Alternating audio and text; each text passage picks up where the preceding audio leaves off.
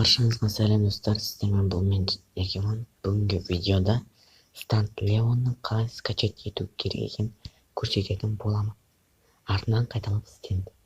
Біріншіден, осы видеоның астына немесе осы жаңадан Stand Leo Bow деген астыларына кіресіңдер, комментарияға кіресіңдер. Комментарияның астында скачать можно Telegram. Енді осы көк сайтты басамыз. Ол бізді Телеграмға лақтыратын болады. Сіздерде Телеграм бар ма? Бар болса, осы арқылы кіруге болады. Әрі қарай. Так. Осындай сайтқа кіргізеді. И сосын жақта окты басатын боламыз.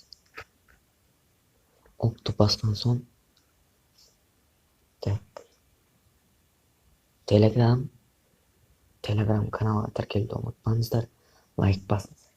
Міне, алдыда алып тұр. Hello Kazakhstan, и сосын Stand Leo приватка деп тұр.